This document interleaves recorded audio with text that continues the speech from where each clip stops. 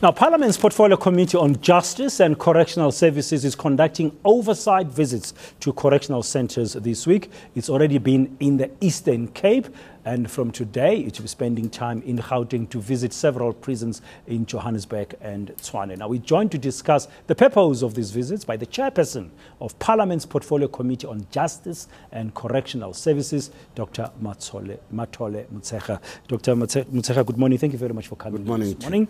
Ahead of your visit. Just from what you've heard for your colleagues, I know you were not in the Eastern Cape. How did that visit go, just overall, from what you've heard in the Eastern Cape? The visit went very well. It managed to identify the challenges that are faced by the correctional centers, which need urgent attention. For instance, a situation where remand detainees remain in the centers for long, something that you cannot blame the correctional centers for, because justice system involved a number of other role players. If things go wrong in the courts, they affect the centers and vice versa. So these are findings that will help us to address the situation holistically. Okay, now as a committee, you have oversight on the Department of Correctional Services. I guess then the purpose of your visit would be in fulfilling that oversight role as parliamentarians is to look at the whole situation to see what exactly are the areas that need help. You've just mentioned the pressure on the system by awaiting trial prisoners, people who've been remanded in custody, but there's pressures everywhere. So in a nutshell, why are you going around, particularly now, to visit the various correctional services centers? We are going around because the department was in shambles before the appointment of National Commissioner Modise, who has done very well to rebuild it. And the ministry also appointed a high-caliber judge, Judge Professor van der Westhuizen, who is doing fantastic work. So we think that all the ducks are in the row. What remains is for us to see for ourselves in Parliament to reinforce the work of the National Commissioner and the work of the inspecting judge, because there may be legislative interventions that are needed. But also we need, as the Portfolio Committee, to make sure that the integrated justice system is operating optimally. And before we can express ourselves on that matter, we need to see for ourselves, and then from there, on the basis of our findings, then we can call the ministry to appear before us and the related departments to tell us what is it that they are doing to address the situation. And in cases where there are legislative interventions that are required, then we will be empowered to do that from an informed position. Okay. One of the responsibilities or one of the duties you have as parliamentarians is to hold the executive accountable. Now, you've mentioned Rezak Modise as a commissioner, but there's been questions about his integrity. I think recently in Parliament there were issues in a different forum, in a different committee, around about wasteful expenditure, irregular expenditure, and also his own person in terms of all kinds of allegations around corruption. Would your committee as well, after your visit, when you've seen what's happening on the ground, take those kinds of allegations surrounding Rezak Modise as a commissioner into account about how to go forward? We think is unfair because, as I said, the department has been in shambles.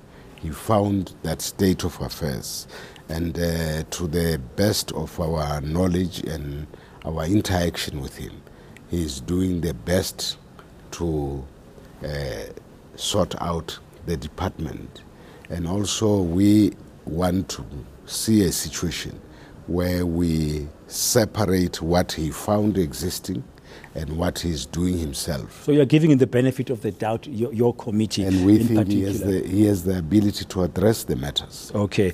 Ability to address the matters. You are a committee with oversight. You are coming in Gauteng. Now you're going to be visiting Johannesburg and you're going to be visiting Kgosi Mampuru. The Johannesburg one, I would assume it's the one where there was a stripping incident that happened, so-called Sun City. What's your view as a chairman of the Protocol Committee when you read that story, that correctional services center like the Johannesburg center, Sun City, had women who were scantily clad and entertaining, so-called entertainment of prisoners while warders were watching? This is a societal matter where you have a deepening moral degeneration in society. So that is a reflection of what is happening in society. But also, if you have print media, electronic media, social media full of this nudity, full of crime, and all these officials are also young people exposed to these things. You can't say this is justifiable. But we are not condoning We can't condone this type of thing. But we are saying it's a societal matter, so we need to embark on a social dialogue to say, what society do we want to build? And that's where we have to get social, where civil society organizations involved, and our committee is going to ensure that we maximize the participation of civil society organizations so that they can inform Parliament where the limits of this freedom must come, because this is licentiousness which is not only destroying officials but even our school kids, and it's a societal matter. Okay, so your approach must be holistic, not just piecemeal, although you are not condoning that action. Okay, Dr. Motshekga, I need to ask you this finally, nothing to do with correctional services, if you may excuse me. You are a very senior veteran of the ANC, a stalwart of the ANC. It's going to have its conference this weekend. You made some comments recently, and from an editorial perspective, this is the last opportunity I can talk to you before Friday. You've made comment like, ANC does not need the opposition to remove a leader like President Jacob Zuma. There have been calls for his removal. The ANC can do it itself. Yes, the opposition are doing this for publicity, they are grandstanding and so on. They know that even if President Zuma is removed, it's not the DA that is going to take over. And also their agenda has ulterior motives. The removal of Zuma for them is the first step for removing the ANC from power. And we believe that this country is very important. It cannot be led by chance. We have our own dissatisfaction with President Zuma. The NEC has already called on him to step down, and we have left the matter in his hands. And if he doesn't step down, December conference is coming, so we want an orderly change of leadership, and we are going to ensure that. And we cannot do it through the DA because the ulterior motives are not in the interest of order and good governance.